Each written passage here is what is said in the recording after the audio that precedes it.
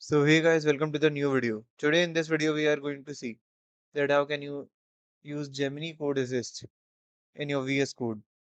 So firstly we will move in our VS Code,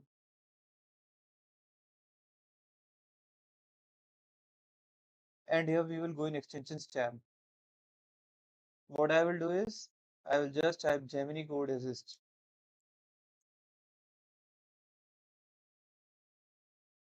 Here you will see this extension that is from google.com. Just install this.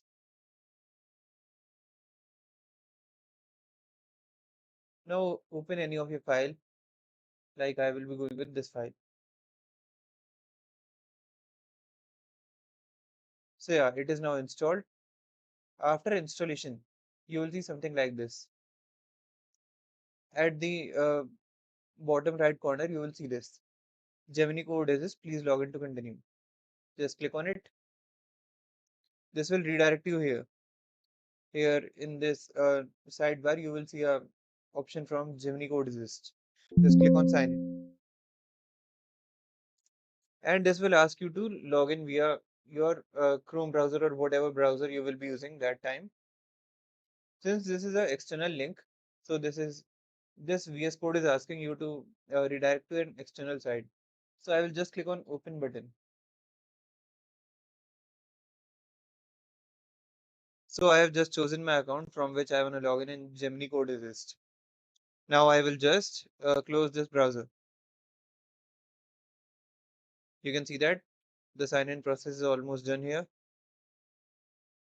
So yeah, you can see that this is returning my name. That means we are successfully signed in. Now, what I have to do is I will just go in my file anywhere and just hit Control and I. Now you can see a list of functions here.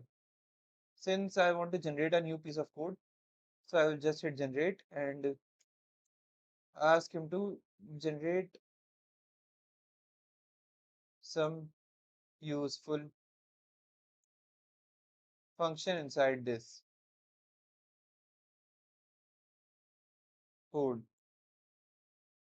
So this will start thinking, and after some time it will suggest some changes. So yeah, you can see that this is suggesting some changes here. If I want to accept these, just click go in top right and accept these. So yeah, you can see that this has added a function here. Now if I want to like check what this function actually does, so uh, I will just select this, and you can see that already here this is taking code from line 18. Now I will ask Gemini to tell me about this function.